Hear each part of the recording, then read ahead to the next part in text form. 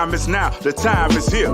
Round up the soldiers and lend me your ear. Pick your head up, stick your chest out, be strong, listen closely, cause men can't always be wrong. Steve-O, JB, B. Hudson, and T. Swin. Gon' get your mind right, let's dive in the deep end and attack the issues and problems that hound us today. Yeah, we out here in the field, but we ain't coming to play. We all shepherds trying to keep the flock from going astray.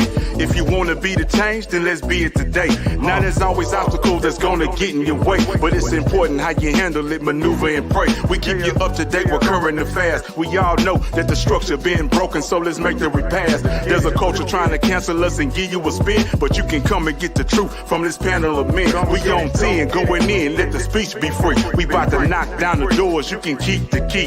God first, then man, so let's execute the plan and deliver the message so the people can understand. Like, the time is now, the time is here.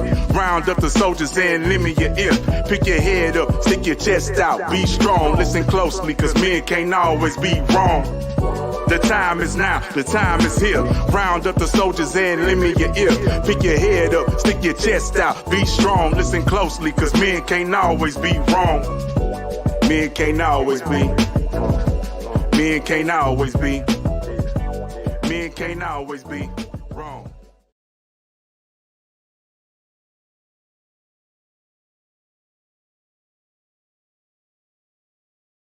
Swim, man. Back again. Men Can't Always Be Wrong podcast, man. Brought to you by CTR Media Network. And man, we got a good show for you tonight, man. I'm gonna ring on my other host. Let's get it. Hey, once again, we're here again. It's such a pleasure and an honor to be before y'all again. I'm your servant, the world's top cop, and I'm here to definitely get involved and get a more understanding of our guest that is here with us. So I'm excited about it. How's it going? It's your boy J Bean here once again. It's Black History Month. What better subject to talk about than Africa, man? So we're gonna get into this conversation today. All right, man. Our special guest for tonight, man, is an author, an entrepreneur. He's a filmmaker. Man, he's your tour guide when you go to Africa. He's also a prince. Our special guest for tonight is Prince Dynast Amir. Peace, family. Thank you for having me. It's an honor to be on your guys' podcast. Thank you. Yes, sir, man. Thank you. We appreciate you coming on, man. Give the people some background about yourself. Name is Prince Dynast Amir Amir. Born and raised Sacramento, California. Currently reside in between Georgia and say West Africa, to be specific, Senegal, Nigeria, and Sierra Leone. Went to the University of Georgia, played football, ran track there.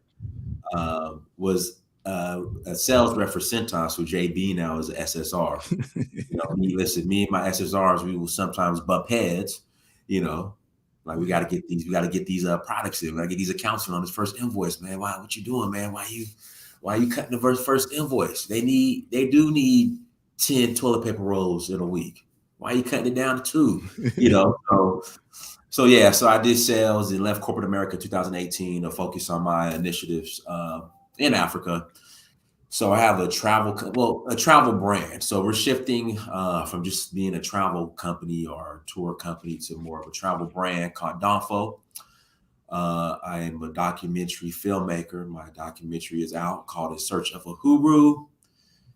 And I am a Prince of Oruo, Nigeria, with the host, along with a host of other things. But we'll start there.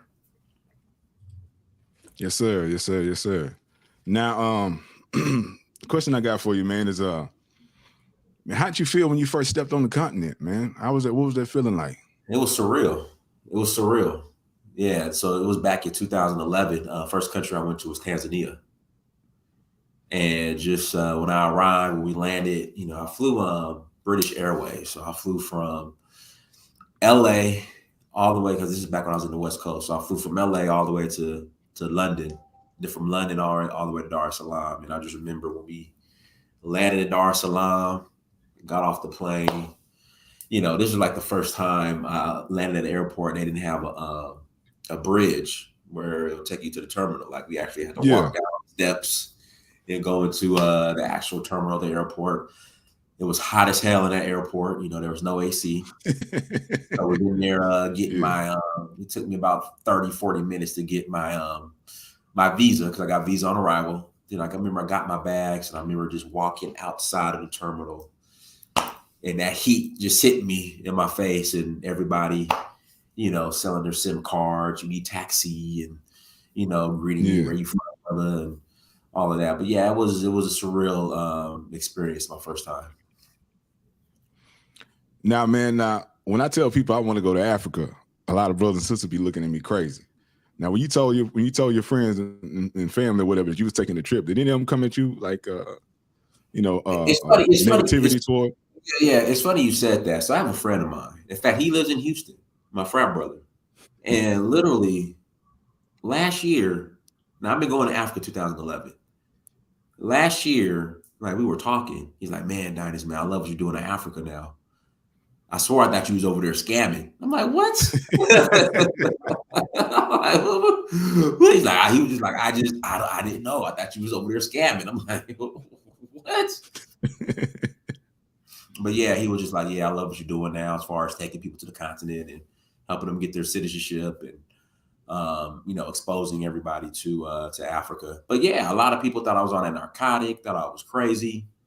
I remember when I was in Tanzania, first time I went, and I was in Serengeti, or not Serengeti, but somewhere near Serengeti, camping, and it was Christmas. So, you know, I text, was replying to text, you know, Merry Christmas, Merry Christmas.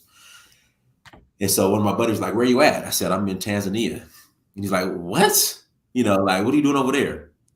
Like, photo shoot. I'm like, nah, I'm just in Tanzania enjoying my time. So yeah, people definitely thought I was crazy. Some still think I am, but I think people are starting to warm up to, you know, to the continent, and warm up to everything I'm doing over there. So let me ask you this: when you mentioned a little bit about your friend was mentioning something about you possibly scamming or something over there. Yeah, I'm like, what? Yeah. Let me ask you this in that regards. Now, over there in Africa, where you at now, when it relates to crime or problems, conflicts, how's that handled over there? It's handled by the community. So, you know, there's an issue, you know, the community handles it. I mean, the police are there, but for the most part, you know, it's the community that handles everything for the most part. If there's crime, if somebody's stealing something, gets caught stealing something, you know, the community is going to put their foot down. You know, the police aren't going to get involved. Like, the police are, you know, that's like if it escalates, but the community handles it. Wow. Now, man, I seen one of your shows, man, on YouTube, where you was on the plane, and I believe it's in your documentary also, where you said when you first started going to Africa, the flights were mostly black people, and then over time it became mostly Europeans. Or mixed, yeah. Yeah. So, yeah. So, well, coming from America to Africa, they're still predominantly black, but when I started to notice, like, traveling throughout Africa, it was starting to be more mixed. And I remember I was flying from Gambia to Dakar, Senegal, from Madrid to Dakar. And I remember that plane was predominantly white and Indian, and I was like a first. So yeah, everybody's waking up to the continent except for us. Yeah. So yeah, because I got a lot of family members, they want to go everywhere else except for Africa. Yeah. My question is, as far as like for us, like if we go over there about purchasing land, is that something that's difficult to do? Once you have to be a citizen first before you can purchase, or it depends on the country. So Sierra, it depends on the country. Some countries, if you're not a citizen, it's a leasehold. It's like a 30-year lease. Other than that, if you're a citizen, you can purchase the land freehold. But it depends on the country. Now you go ahead, bro. As far as you of course, a lot of Black Americans have issues about going over in Africa. Now, I don't know if you up to date with some of the issues, but a lot of issues some of the major issues that I've seen and know is that a lot of our brothers and sisters from Africa, some of them have this stereotypical view of Black Americans here, and they come here with certain issues, and then we get a certain vibe from them based on how they perceive us. Because I know some families, they come here, have already been told not to even hang around Black Americans. So right now there's a lot of tension. I don't know if you're aware, between Africans and Black Americans, specifically foundational Black Americans. Are you aware of that? And what's your viewpoint on that? I think it's made up. It hasn't been my experience at all.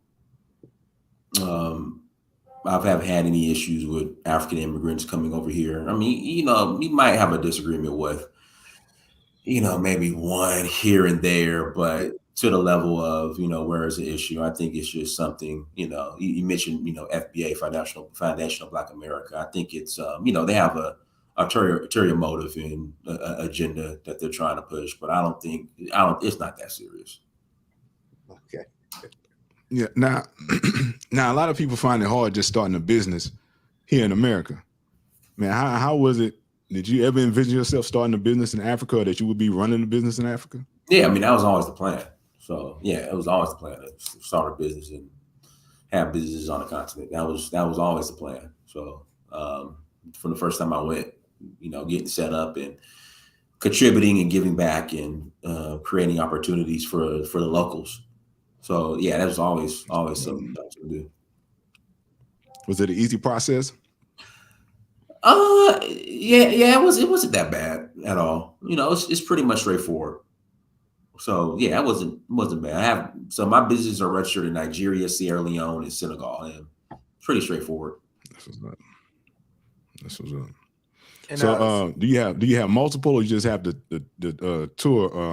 touring brand? Well, right now I just have the travel company. I'm working on launching some other brands, but right now the travel company is my bread and butter. So Gotcha. So speaking about Senegal, what about Akon City? I think he just broke ground. It's not really a lot going on. I know he finished the like it was a rec center for the children, the community center. I'm sorry, but yeah, that's a multi-year, almost decade project. So, but I guess they're working on it, but that's something that's going to take years to make it fruition. She trucking. Now we got a comment from She Trucking. Yeah. Her comment is, Go ahead. can you explain the difference between the value of the US dollars compared to African dollars? It depends on the country. Yeah, so Africa's 54 countries, so it depends on the country. Well, I would say this: the dollar is stronger over there in all the countries, but how strong, it just depends on the country. Gotcha. Yeah, I've seen some videos of what people say for $1,500 a month, you can have a house about 3,000 square feet and have a chef and groundskeepers and all kind of things like that.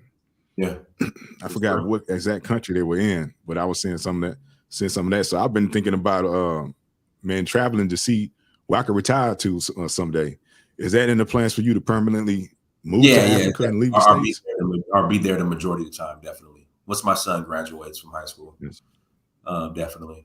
That's what's up. I tell my kids all the time, man, y'all gonna need a passport to see me. I said, well, yeah, you're grown. Y'all gonna need a passport exactly. to come and see me. I ain't babysitting. Right, exactly. As far as obtaining citizenship, I know it probably varies from country to country. As far as Nigeria and Sierra Leone, which one was easier to obtain? Sierra Leone is as far as for the diaspora is made more straightforward. So if you take a DNA test with African ancestry, if your results come back to Sierra Leone, you're eligible for citizenship. So no other country on the continent offers that. So Sierra Leone has the most just straightforward, hey, do this. This is how you get your passports, become a citizen. So I'm taking a group in April to get sworn in by the president to get their passports. And is there a certain percentile you have to be of that nationality? Well, so with African ancestry, they do it by tribe. So it's just it'll have your mother's side, your mother's side, your mother's side and your father's side, and then which tribes you are. And as long as one of those tribes come out connected to Sierra Leone, you're good to go. That's cool. That's what's up. Wow. Quick process. Yeah, it's pretty straight. Like I said, it's straightforward. It's you take your tests like twice a year to swearing in. You just gotta connect with somebody like myself. I'll take you over, get sworn in by the president. You're good to go. That's what's up.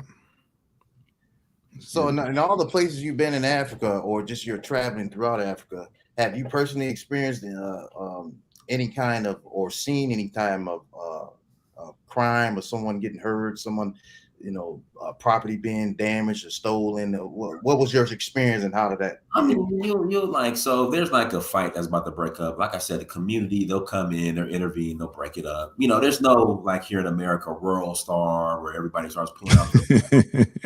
They don't do that over there. So there's, altercation, people, the community, that come in real quick, break it up, and people just go about their day.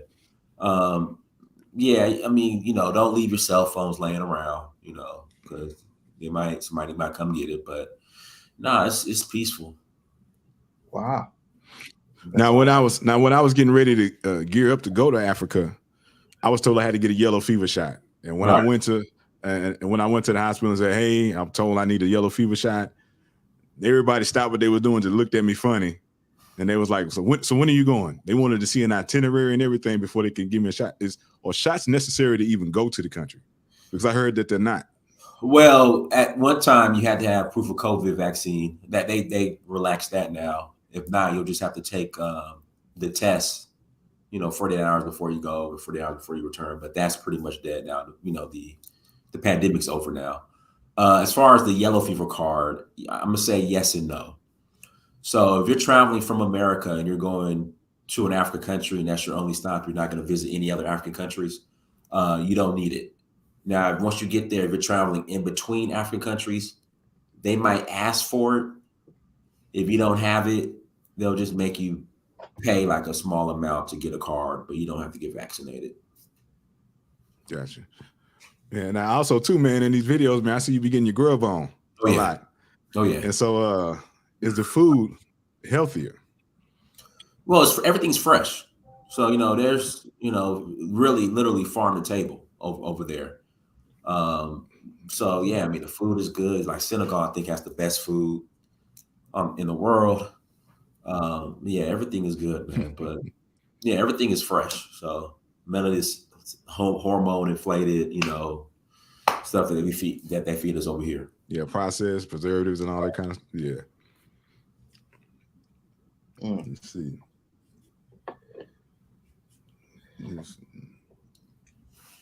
So compared to America, as far as the cities, with technology wise, like for like healthcare and stuff like that, is it on par with the States, or? It depends where you're at, but it's not there yet as far as like healthcare. It's not there yet, but in some of these countries they're getting there. It's coming in, but no, but I would say this: if you have the money, you have access to everything over there that you will have over here. But they don't have like Kaiser hospitals everywhere. So no, it's not there yet. Now, what are some of the things that you thought about Africa before going there that once you got there, you would prove wrong, or you found out your thoughts were incorrect, or? Well, I never really had too many stereotypes about Africa. I was always very open-minded. So really nothing. It's, the people were friendly. Like Africa reminded me when I went, and it's changed, when I first came to the South, Athens, Georgia, where everybody spoke and, how you doing, sir? And, everybody was nice and kind. I mean, things have changed now in the South, well, where I'm at in Georgia, like even like in Atlanta, it's, you don't have that Southern hospitality anymore. But yeah, everybody was friendly, helpful. You still got to be careful and be on the P's and Q's, but, everybody was nice. Like I didn't have any problems. Yeah, because you got a lot of people be like, oh, man, they got lines running everywhere.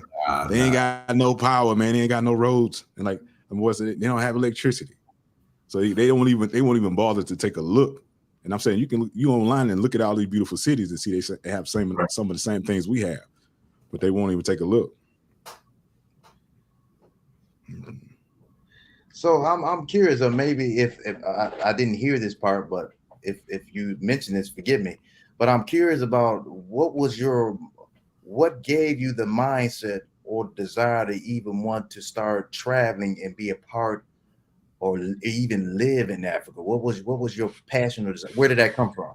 So I was working for Centos, and this is like my second year. This is back in 2011, and I was making money. Like I was getting to the bag, and so I was talking about sharing my success with all my friends, and like and a good friend of mine, Fitzgerald Stevens, he said you should go take a vacation, go take a cruise.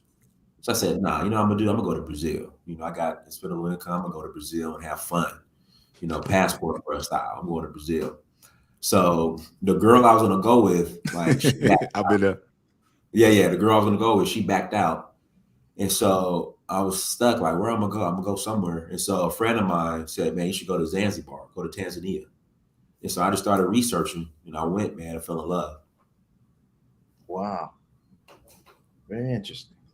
And I'm assuming at that time, so is it? I'm assuming, was it difficult for you once your child came to see the house? You say you have a son, right? Is that correct? Right. Yeah, he's 9 years old. Oh, okay, he's 9 years old. Mm-hmm. So you started traveling before. Well, okay, he's 9 now. Okay, so tell me, how was the transition from you being successful and on the job, you're developing yourself. Now you have a child that's in the world. Mm-hmm. How were you able to manage all that as a father and still the business? Well, you got to balance it. His mother is here, so she helps out a great deal. So it's just got to balance it. Okay.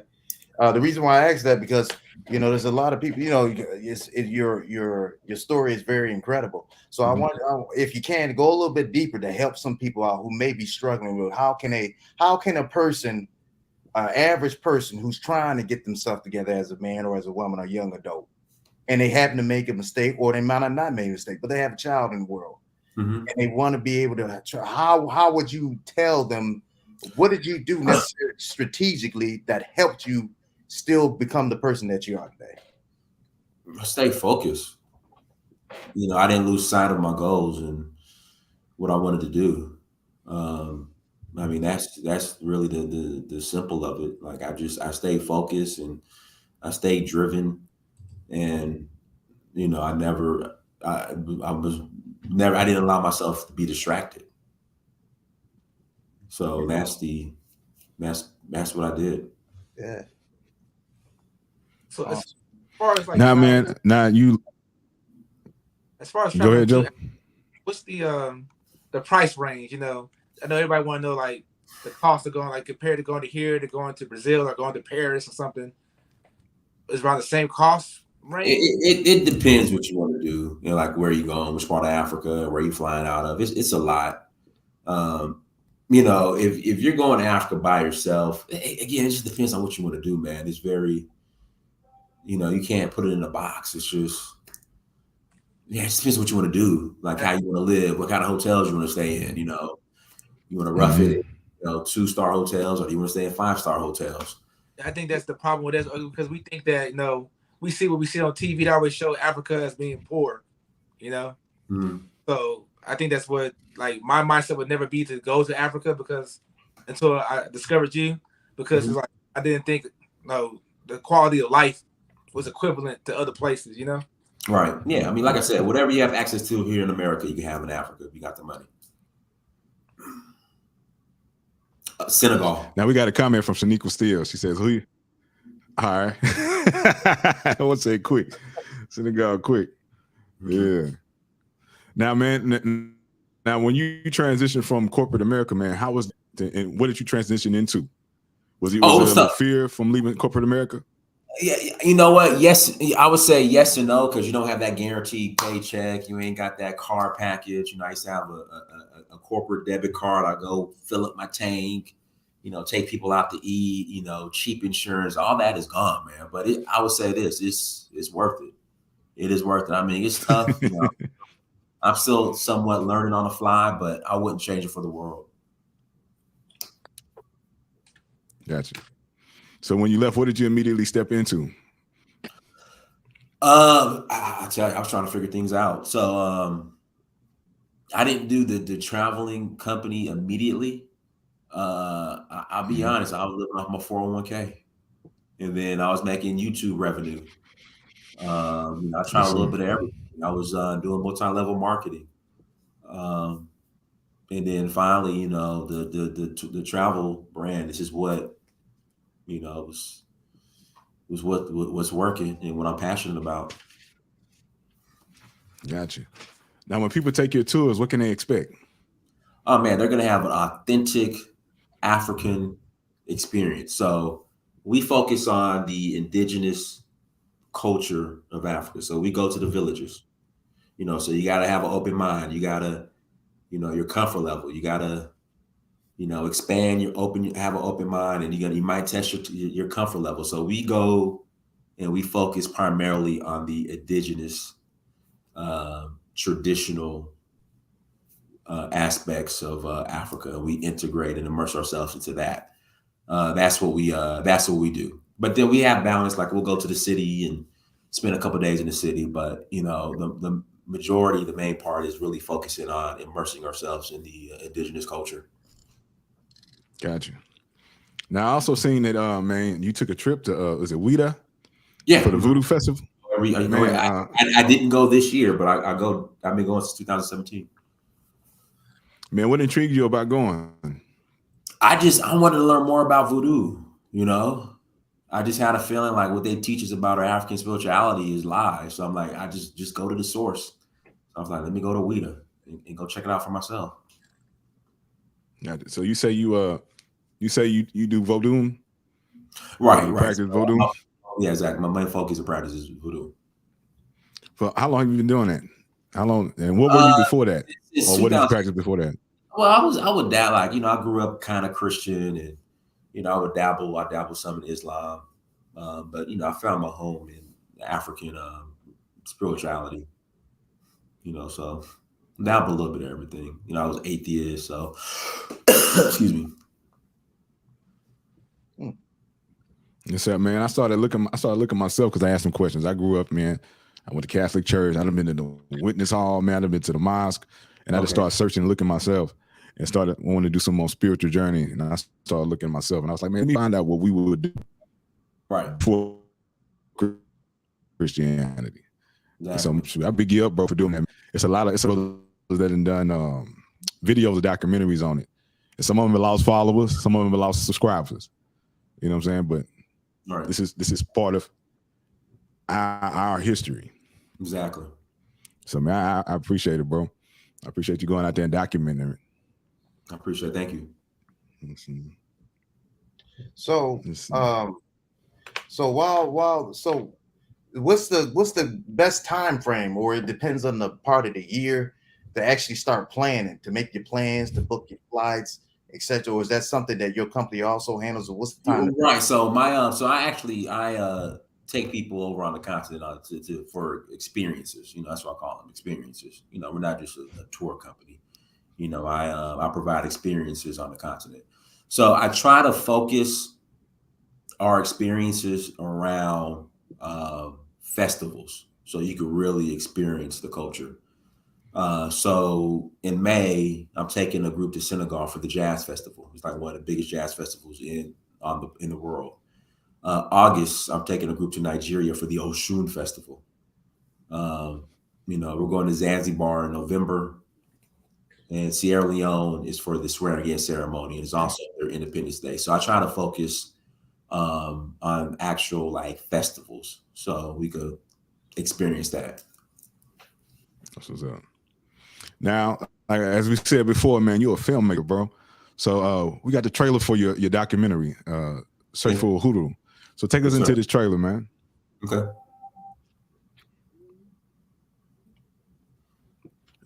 Let's go. I'm Dynast Amir.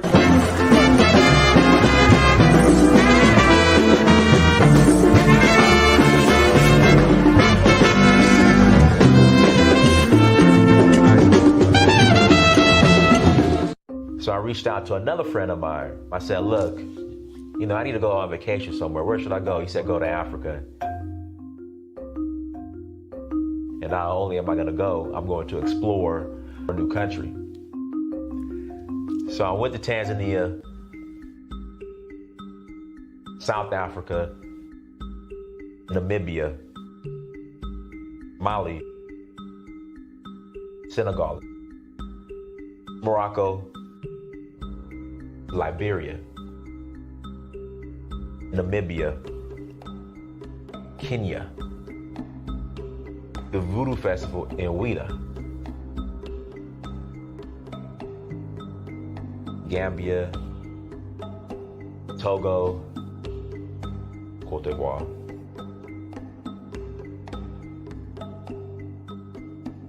Sierra Leone, Ghana, Nigeria. It's been a beautiful experience, just learning more about our culture, our indigenous culture. So Uhuru means freedom in Swahili. I'm in search of my roots. In finding that, I would experience my Uhuru, which is freedom. Till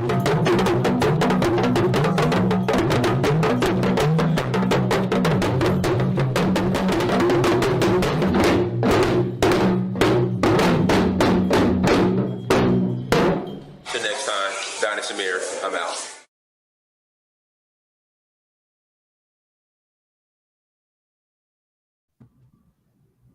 Now, man, I watched the documentary, man. I loved it. It's good. And I recommend everybody out there that's watching, man, you watch the documentary too. How can they watch the documentary? Go to searchforhuru.com. There's a link you'll click on and you can stream it right there. You pay for it. You can stream it right on the site. You can stream it as long as you want. You just set up, once you pay, you set up a login and you go in and watch it as much as you want. I recommend everybody go watch that, man. It's good. Get some insight and watch his journey because it's a beautiful thing. So, man, was that your first time ever doing a film or yeah, and so that's all. Excuse me, I'm a little bit under the weather. So it was always a goal of mine to do a documentary. You know, I was planning on doing that since back in 2012. So it just finally, everything just came together in 2022 just to put everything together and put it out there. So. Gotcha. And I also, man, I know that you're an author and you got a couple of books out there. Yes, books you got. Children's books. So I've written several children's books and I've written a sales book as well. They're on Amazon. If you look at my name, Dynast Amir, you can find them on Amazon. And so, man, I've seen them, man. I love the cover artwork on your books too, man. Yeah, shout out to you. Very positive. And yeah, this was up in kinky hair and stuff like that, man. It's good that our kids see a positive image of themselves and read books so they can feel good about themselves. No, I appreciate it, man. Thank you. I like what you're doing, bro. And so, yeah, I wanted to go back a little bit. So your practice is you said is voodoo? Is that correct? Right. Okay. So what? So once you I guess you participated or was exposed to it, what exactly made you cross over to become a part of that? What was your experience? Well, for me, it's tradition. It's who we are. You know, like the question was asked, you know, what were we before we were Christian? Before Christianity was introduced to us, we had our own spiritual practices that taught us how to live, how to function, how to eat.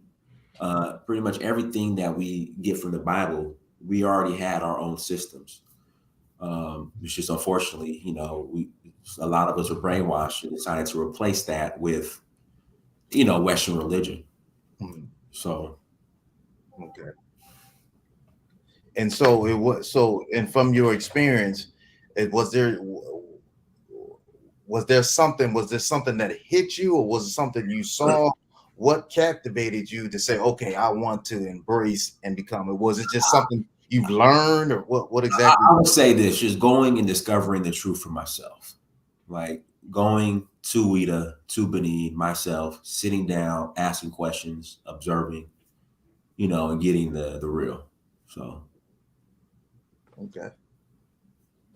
Yes, sir. Let's see. Now, got a question. From Ms. Shaniqua, she says, is Senegal Airlines better than the others for booking? it depends on where you're going.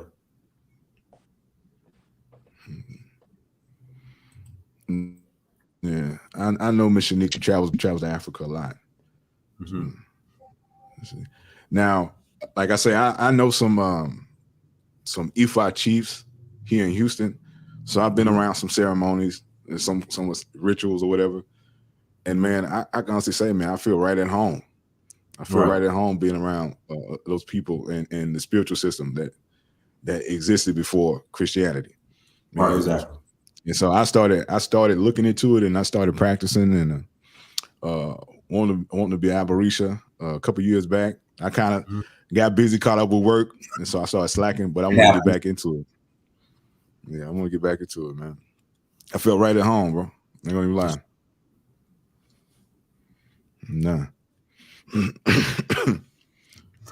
The She Trucking is asking, how do people book your travel agency? Go to the site is Danfo, DANFO.Africa. Again, it's Danfo.Africa.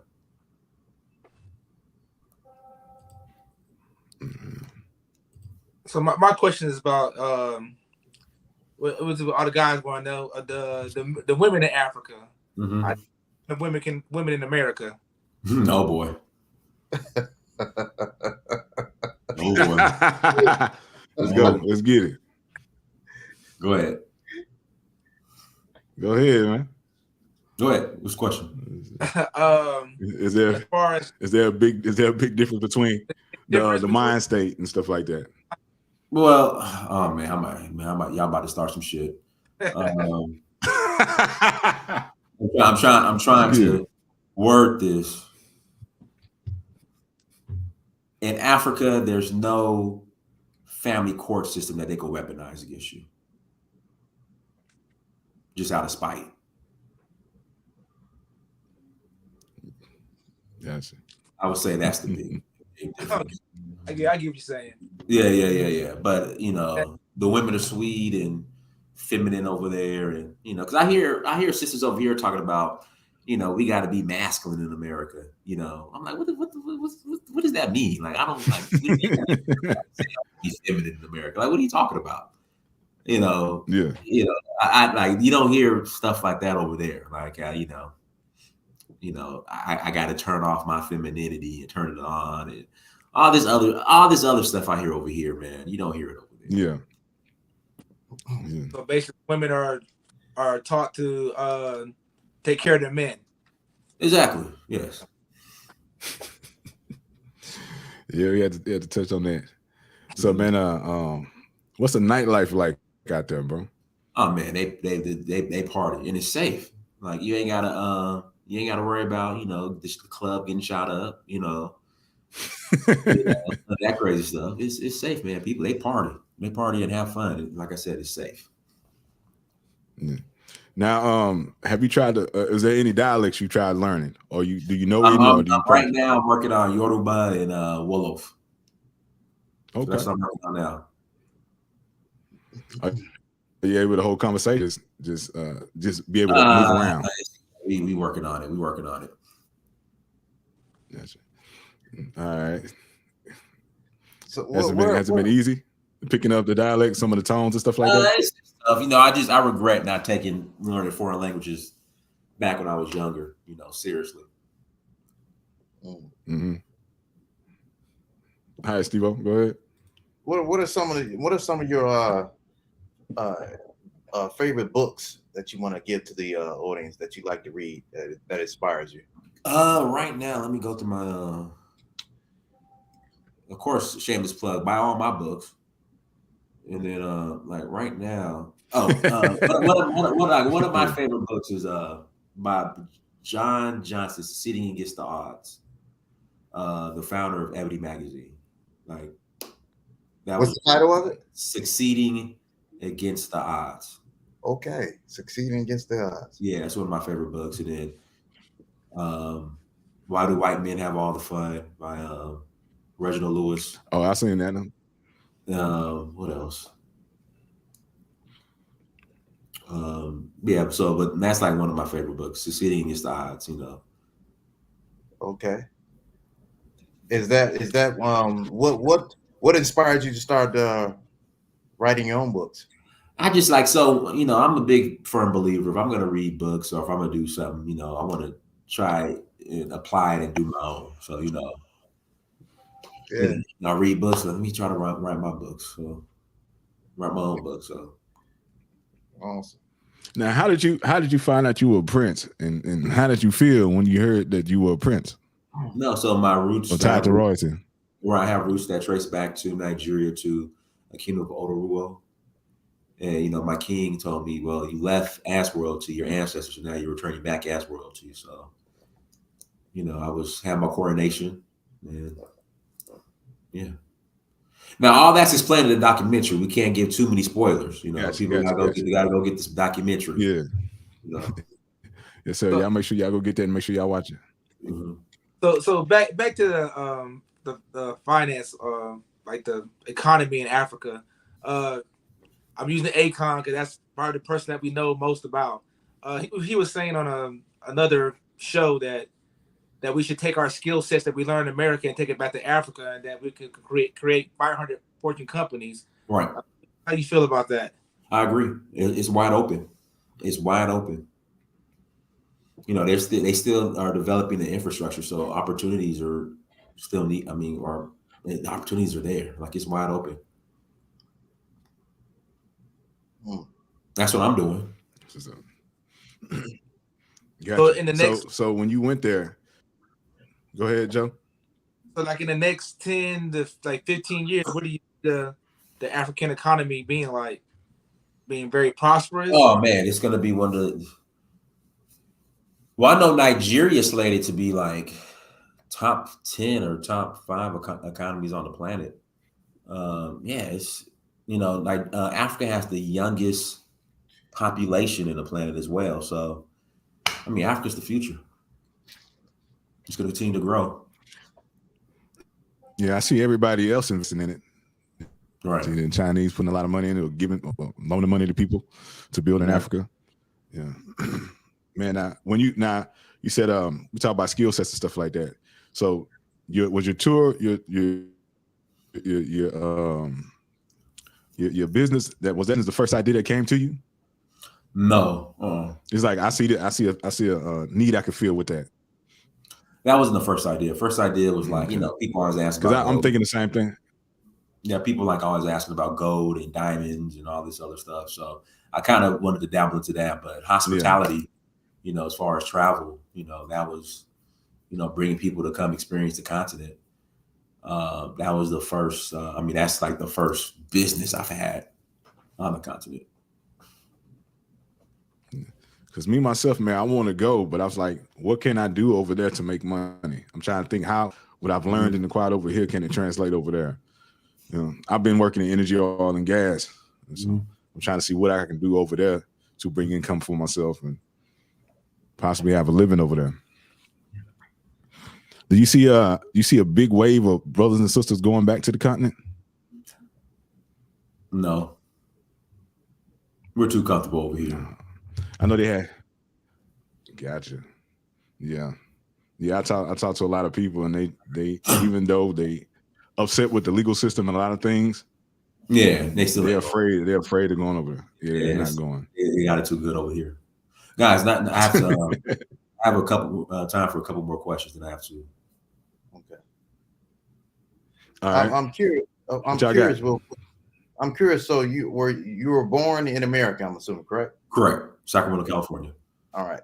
So what's your view about reparations from those who are here in this country who might have come from Africa or not, but their roots has been here in America. Of course, we built America. Do you think foundational Black Americans, people who or whose ancestors who built this country, deserve reparations? Is it owed? Yes. Does the average foundational Black American or ADOS, is that the first thing that's on their mind? No. The so-called people who will be considered FBA or ADOS, are they serious about reparations as a collective? No. But is it owed? Yeah, absolutely. Have I learned to forget this shit? Have you learned? Not yet. I have not yet. No. And we also have one from She Trucking. Depends on the country. Let's see. Okay. All right, man. Well, man, I appreciate you coming on with us, man. Hey. Everybody out there, man, make sure you go to the website, check out the documentary. It's on the bottom of the screen for you guys. Mm-hmm. Make sure you go to the website and stream it. It's a very good documentary. Check it out, support. Go to Amazon, get his books. And man, brother, we appreciate you. We appreciate you coming on with us and sharing knowledge, man. And then, hey, anytime. Thank you. Appreciate you. Yes, appreciate you. Yes, thank you. Thank you, everyone. Thank you. Thank you, bro. All right. All right, wow, man. That was Prince Dynast Amir, man, on with the Men Can't Always Be Wrong podcast, man. Like I said, at the bottom of the screen, you can go to his website there to watch the documentary, and then pinpoint you in the direction of all his other products. Go to his danfo.africa website to learn about his touring business, man. So if you want to take a trip to Africa, he'd be your guy, man. If you ever had that thought in your mind, you wanted to travel, but you didn't know who to speak to or how to go about it, reach out to Prince Dynast Amir, man, and take care of that. Because I feel that as all Black Americans, man, we should all step a foot on the continent, man, and return to the motherland at least once in our lifetime. Yeah, I definitely, man. I've always had a desire myself to go to Africa. I definitely want to go to the part where I want to see where our people transition from that land to get crossed over, actually sent on the slave ships to be brought over to different parts of the diaspora. That's the area of Africa I definitely want to visit. I think it's called the point of no return. Is that what it's called? I don't know. Yeah, the point of no return. Yeah. Yeah. A lot of people have gotten emotional, man, being at that location. Seeing that. Yeah, that's what I heard. Man. So I'm gonna say this to our people, man. Don't be afraid to go where the people look like us. A lot of us, man, want to go everywhere. They want to go to Greece. They want to go to Italy. They want to go to London. They want to go everywhere. They want to go to Mexico, Cancun. They want to go everywhere else except for where the people look like them. Because they've been brainwashed, they've been told negative things or been shown negative images. Man, go see for yourself. Do some research, and you'll see that they have the same things we have here. You know what I'm saying? And don't be afraid. And I'm going to tell you this, man. I haven't been to Africa yet, but I'm planning on going. When I've gone to either countries in South America where there's a larger group of Afro-Latinos or Black people, I felt more at home being around people that look like me. You know what I'm saying? I didn't have to worry about racism or the police. It feels different, man, when you go somewhere and the people look like you. And it's saying you see people owning businesses, running things, successful, looking like you. It does something to you. It does something to your mind. It does something for your children. And that's what I got to say about that. Yeah, as for me, man, as you said, man, Africa is the future, man. Look at all the resources that are there, all the other countries that are invested in there. So that has to tell you something right there. Exactly. So, we are a part of that, even though we were taken from there, we are a part of that country. So we need to go back and invest time, money, resources. And he already gave us some game on how to become citizens. So we need to take advantage of that. Yeah, so as he said, man, African ancestry. Do your DNA there? They have the largest database directly from the tribes in Africa. You know what I'm saying? You could tie yourself back to what tribe you come from. You know what I'm saying? So all these other ones, they give you an area where you might come from. African ancestry DNA ties you back to the exact tribe from your DNA. And like he said, if you have Sierra Leone in your DNA, you get citizenship. Hey, sometimes what's going on in the world, you might want to have citizenship in a whole nother country. You might want to have a place to go to. Stuff hit the fan here. Is a reason why a lot of people have dual citizenships. So like that. There's an advantage to it. So like again, man, I'd like to thank our guest, man, for taking the time. I know he's a busy man. So, but we appreciate him taking out time to join us today. Yeah, She Trucker says I'm definitely going this year. Yes, man. Oh yeah, well, that's so.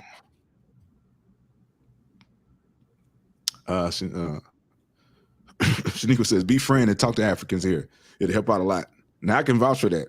Now you have some people that say, like Steve-O mentioned earlier, that there's like this hostility or this negative tension between Africans and Black Americans, that they don't like us. But I can honestly say this: all the Africans I came across have been nice, have been polite.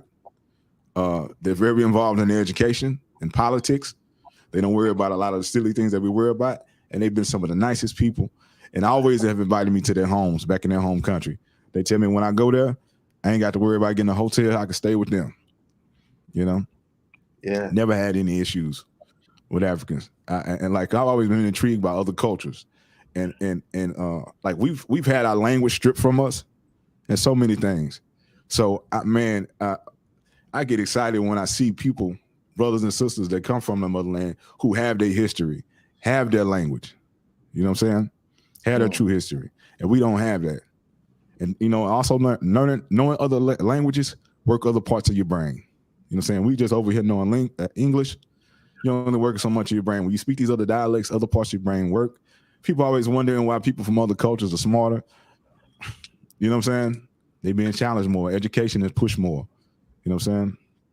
Yeah. So you should want to dabble into it and look into it and expand your horizons, man, and open your mind. Don't be closed-minded. Yeah.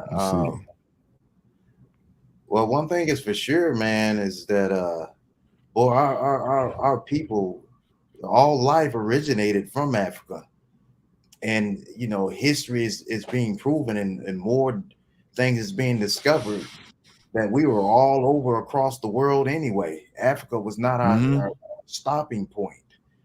We're all over the world. And but to be able to, once I do have that opportunity to go back to Africa, where it all begun, man, it's I know it's going to be a profound thing for me, and I can't wait till that opportunity comes too. And I'm looking forward to it. And it's kind of funny though, when I was younger, man, you look at Africa, because even before looking at Africa, you always see lions and tigers and all kinds of stuff and the jungles and stuff like that. It's funny because even before I came here to Texas, my whole assumption in Texas was like, man, I didn't want to come to Texas. I was like, I don't want to ride on no horses and see bulls and all this kind of stuff. They don't drive cars, I'm from upstate New York. And when I finally came here, when I was I had to come here, with my military commands, told me that I had to come to Texas. And I never forget when I first came here, I was just shocked to see cars, people driving cars and trucks. I didn't see no horses. I was just amazed, but it's just the view that you just see on TV. The same thing in Africa. I know Africa is beyond just jungles and tigers, Amazon, desert and safari land. Yeah, right. So I can't wait to experience that being there present, for sure. Yeah. Exactly. Now, one thing too, man, is they try to separate us, and they paint negative images. They put it on TV. They put it on social media to keep us from going. As the brother stated, as years go by, you start seeing more Europeans. Now they have these events and these festivals, and a lot of Black people don't even want to go. They want to go to all the festivals everywhere else. We have more Europeans going to the festivals in Africa, than us. And also too, man, with these images, what the brother showed us, man, you watch the documentary, you see history, you see things to be proud of. There isn't a year that don't go by here in America that they don't show us some movie about slavery or a new TV show about slavery, or they show us a movie or a new TV show about somebody being brutalized. They always show us going through pain. failing, defeat. You know what I'm saying? Our history is more than slavery. And our people need to know that. We need to know that we came from great people, that we did great things, that we invented great things, and we invented most of the things that we use today. You know what I'm saying? We know if you know who you are, man, can't nobody else tell you nothing. So we need to get back to knowing who we are and getting in touch with something, getting in touch with our roots. You know what I'm saying? Oh man, that's powerful, man. Because I can't wait. Because I don't know if y'all done it yet, but I definitely gonna be. That's one of my lists for this year is to get that African. Oh, what's that African ancestry thing done? Get that test done. Because I know my ancestry has got to be this warrior tribe because it's all in me. I mean, I know it's got there. I just can't wait to really see where my blood roots come from because it's all in me. You know what I mean? Same here. I can't wait to actually understand and visualize and be able to know exactly where I come from. Exactly, because so many of us be more focused on what they mix with and ultra cultures and races, and you know what I'm saying. We got so many people. Oh man, I'm Indian. I got Indian blood. I'm a halfway because I got Indian in my blood, and a lot of people doing DNA finding out they ain't got no Native American in them. You know, so man, do your African DNA, man. Go pay people to visit. You know what I'm saying? And find yourself a new permanent home, because that's what I'm looking for. If my money can go a little bit longer somewhere else, and I can live comfortable, live safer, hey, I'm going. I hear you, T. And while y'all at it, man, if you like what you're hearing, if you like the podcast, make sure you like, subscribe, share, and comment, man. And also, man, reach out to us at MCABW Podcast at Gmail if you would like to advertise with us or you would like to come on our show and be a guest. Make sure you reach out. Yeah. The email is at the bottom of the screen. You can reach out to us. Go ahead, Joe. Also, I was saying we need to do more research about the different kings and queens and like the Moors. I didn't know about the Moors till I became an adult, you know? We need to have something where we can teach a little bit more about the great figures that came out of Africa. Because we hear about Alexander and we hear about all the rest of Alexander Great, everybody else. Like Hannibal and Bible, of course. But this is a whole bunch of stuff that we're missing that we don't know about. So let me get together and try to find a way to have history more than this Black History Month. I'm gonna tell you guys something else too, man. I got friends that are other races and ethnicities and everything.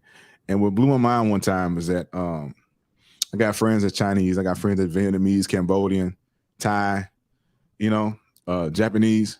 And I went to an event one time. And even though they come from different countries, they're Asian, Oriental, they still came together as a community. Despite them being from different countries, they still came together and put their money together to hold events. And a lot of times in our community, we let skin color, the lighter you are, the darker you are, or what religion you have keep us apart. One of the main things about Pan-Africanism is that you're Black first. If we all came together as a whole in the movement to try to better ourselves, man, we'd be unstoppable. I'm not saying that, we're trying to knock other people off, but we could build ourselves up to where we need to be and where we're supposed to be. You know what I'm saying? You're Black first before you any of that other stuff. Absolutely. Yeah, I mean, man, one thing about us, our people, we always talk about we need to get together. We always say we need to get together and do this and do that. But boy, the moment that we actually do what we're supposed to be doing as a collective, like you said, and it's nothing that will be able to stop us. So that's why it's always things that come against us as a people in our communities to prevent that. Because the moment we do, it's a wrap. And the thing is, we're so powerful, we don't have to use physical force. The force of the mind and the knowledge we have can fight our battles. Think about that. Yeah. Man, we appreciate y'all rocking with us, man. This has been another episode of the Men Can't Always Be Wrong podcast, brought to you by CTR Media Network. We appreciate Prince Dynast Amir coming on, man. He gave us a lot of insight. I'm more hyped up about going to Africa. After watching the documentary and talking to the brother, I'm more hyped up about going. Got to go. That's on my bucket list, man. That's on my bucket list. Any last thoughts, brothers, before we get on up out of here? Yeah. Go ahead, Jay. We need to learn our history, learn our African history, man, and go and make it, like he said, make it part of your bucket list, man, to go and check out Africa, man. That should be on every African American's list, is to go to Africa at least once in their lifetime. Well, the one thing that really struck out to me, because it was very profound, and it's something that I've always been talking about, that he actually mentioned over there when it comes to problems and issues with the people, any type of crime or any type of illegal activity, anything. One thing he said was the community handles it. Here in America, communities of our people, there is no community. And when there is no community, there is no unity. And when you have no unity, you have division. And with division, you will never overcome anything that comes against the neighborhood in the communities.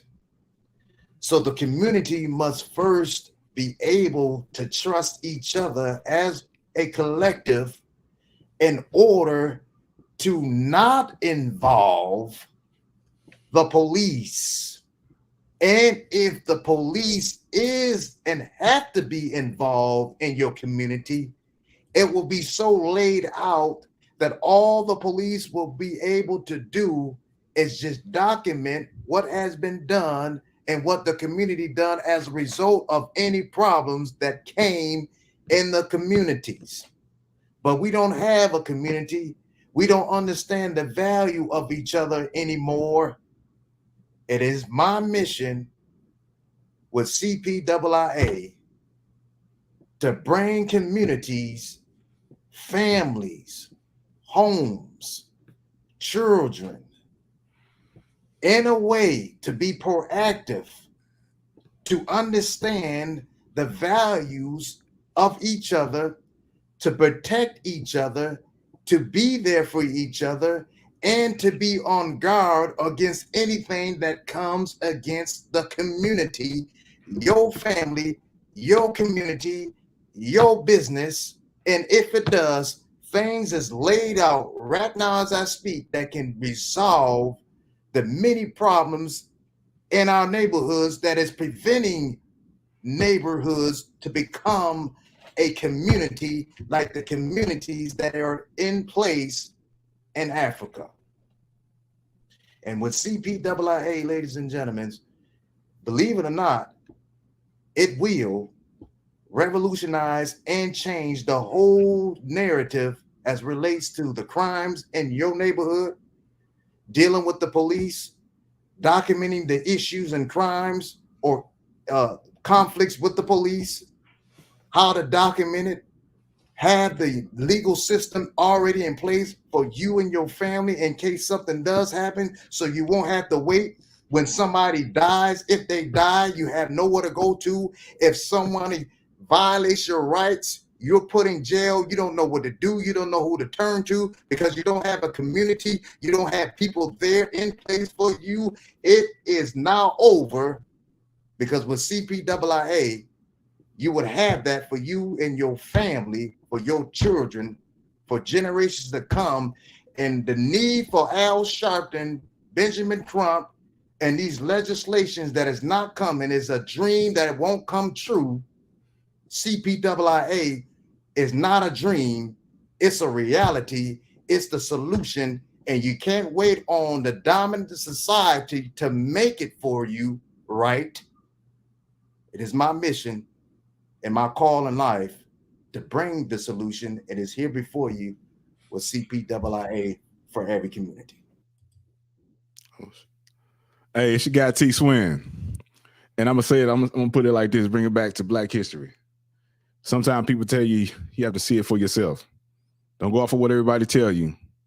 Sometimes you got to see it to believe it. We've been shown negative images about the continent. We've been told stories. We've been separated from our religion, our practice, our spiritual systems. Man, get in touch with your roots. Go see it for yourself. Do some research. Look at our history past slavery. It's your guy T Swin. This is the Men Can't Always Be Wrong podcast. And we up out of here. Music, this is way more than music. This is way more than music, this is hope. When life becomes a slippery slope, too hard to cope. And if you listen close, hear the angels in the notes. Sometimes it's just a fix you need because it's dope. It's medicine, it's magic, it's spiritual. Some are just music, and to others it's a miracle. Take you back to grandma's kitchen, main course with all the fixings to another dimension. Fact or fiction, it can mellow out the friction in your daily life. Introduce you to a culture and a way of life. I'm loving this energy you're giving me now. I'll do what it takes to keep you around.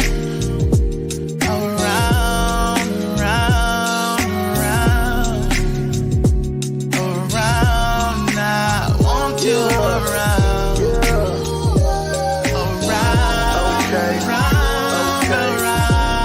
I really like when you're around. Baby. There's a new sheriff coming to a city near you, and I'm well on the mission to bring the new era to policing that will change everything that you know it as it relates to communicating, assisting, helping, delivering the correct and justified acts to remove crimes and to help you as a citizen against every crime that comes against you with the solutions to impact your community, your city, and generations to come with CPIIA, Citizens and Police Immediate Interactive Assistance. I cannot do this on my own. I need your help, and we together can for certainly make the change needed for a better city, a better country, for a better future.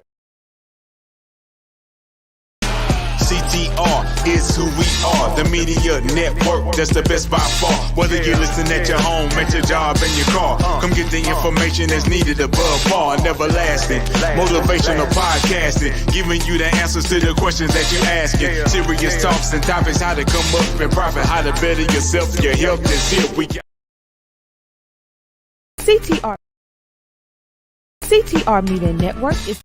CTR Media Network is now accepting new podcasters to join our growing network that's reaching 350 million global listeners. Have you heard? CTR Media Network offers podcast production, podcast training, distribution, and product placement. Book us for your next event or schedule an interview with CTR Media Network podcasters today. To learn more, go to ctrmedianetwork.com.